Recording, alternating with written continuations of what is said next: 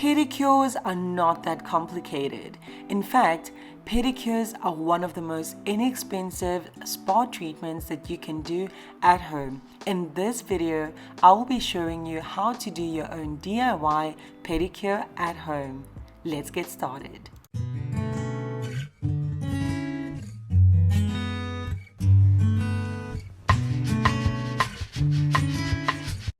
Now before we get into this video, I must put a disclaimer. This is not how my feet always look.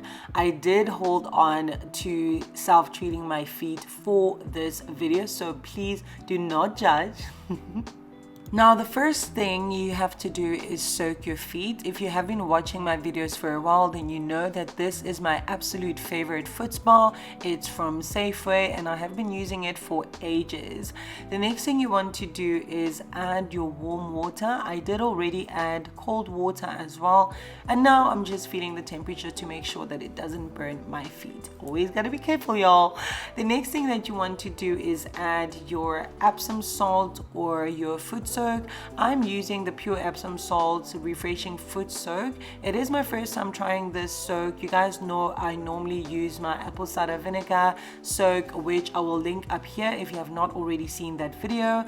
But because I didn't trust that it would work efficiently as well as my apple cider vinegar, I just decided to add one shot, literally one shot of apple cider vinegar and soak my feet for 15 to 20 minutes. I think I actually left my feet in there for about 20 minutes. The vibrations felt so good, and after a while you kind of get lost in it. You know, I started checking my social media, responding to some comments. If you're not following me, by the way, please do so right now.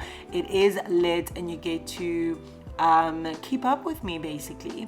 The next thing that you want to do is add more water as and when you need it, because obviously the water will not stay warm forever.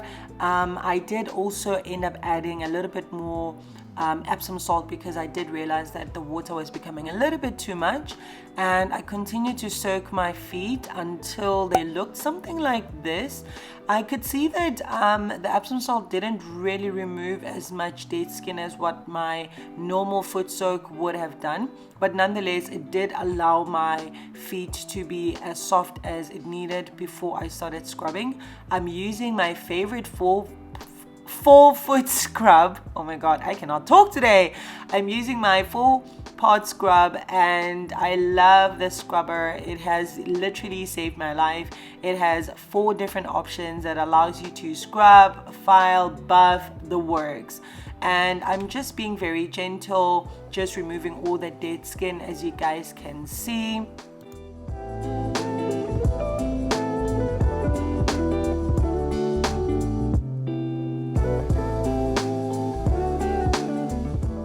Now I'm turning over the foot scrubber and I'm continuing to file my heel, and I'm just going gently. Remember to be careful, do not hurt yourself. Your foot is very sensitive, and you might find that if you do it too hard, you can even hurt yourself to the point of bleeding. So to avoid all of that, you just want to be careful. Oh my god, I know that's so disgusting, but look at that dead skin. Now I'm just rinsing my feet and I'm using my organic foot scrub that I make myself. If you guys want the recipe for this foot scrub, I have already made a video on my channel and I will link it up here for you guys to also check that out once you're done with this video. And you just want to be gentle and scrub your feet and exfoliate your feet all over. Exfoliation is the key to soft feet. It is a step that you cannot skip. Trust me, your feet will love you. Next up is my favorite product, coconut oil. I absolutely love coconut oil. You guys know that by now. And you just want to make sure that you moisturize your foot and keep all the moisture trapped in before starting with the nails. Now you need a nail separator or something that can help you work. This is the tool that just allows me to work really well when I'm doing my toes. I find that without it, it just sometimes smudges everywhere and it just doesn't work well for me. And I'm just cutting my toenails to make them a little bit shorter than what they are. I prefer growing my toenails and then just cutting them a little bit shorter, because then at least it allows me to pick the design that I want or the shape that I want, and it's just easier for me. So this is just me shaping them, making sure that they are the right shape. And now I will be using a curvy file, and I will just be filing them down to the desired length as well as the desired shape. Now when you are filing, please be careful with your nails. You don't want to hurt yourself. The one thing that I always suggest is you rather use a buffer for the top of your nail, but use a nail file just to get the right shape and the right length, because I find that if you use a nail file on your nails, over time they become weaker and weaker, especially on your fingernails, because fingernails are what we use a lot of products on, such as acetone and acrylic and gelish and all these other products that we all love and all use. So yeah, you just want to make sure that you're filing everything down into the right shape. And I'm rambling, so I'm gonna let you guys watch a little bit.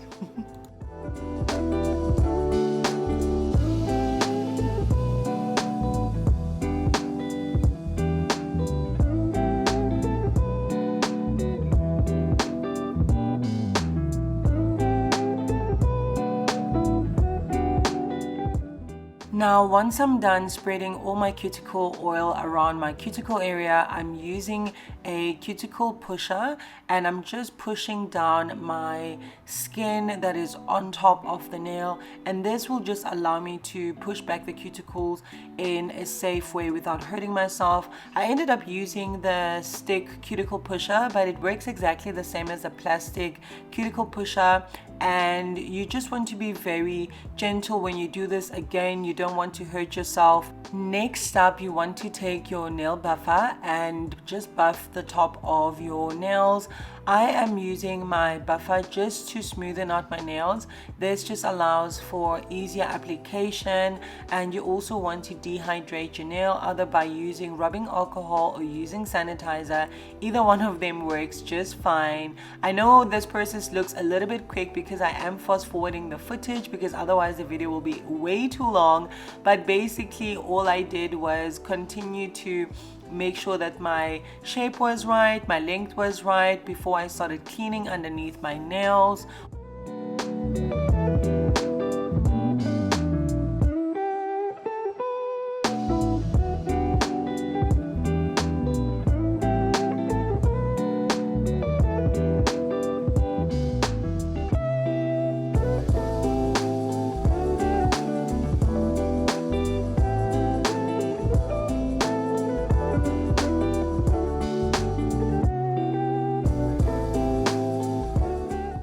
Once I'm done cleaning my nails, I'm using the back of my cuticle pusher, but you can also use a nail clipper or a cuticle cutter for this. I don't really like to cut my cuticles. This just allows me to clean any dead skin that is on my nail, and also to remove any of my cuticle that is already coming off. And immediately after that, I'm adding my base coat that I will be curing under UV lamp. It doesn't really need to be cured under UV lamp. This also air dries very quickly, but I prefer to cure it under the UV lamp so that my process is a little bit quicker. Now notice how I'm trying really hard not to touch the skin. I am curing this for 120 seconds under my UV lamp, and then as soon as I'm done with that, I am putting my gel polish. I've decided to go for a white color this time. I don't know, I've had pink for quite some time, so I just was in the mood for some white, and white also goes with anything, and it looks really good on some melanin. So I prefer using white polish, and I'm just going to put it all over. And don't you worry if you touch your skin with this, you will be cleaning it up very soon. I do have a very quick and simple way of cleaning it up so that your pedicure looks as professional as possible, and that is by using rubbing alcohol. And I'm using a earbud wetting it just a little bit, making it a little bit damp, and then slowly but surely going around each toe and removing all the excess polish that is on the skin instead of the nail.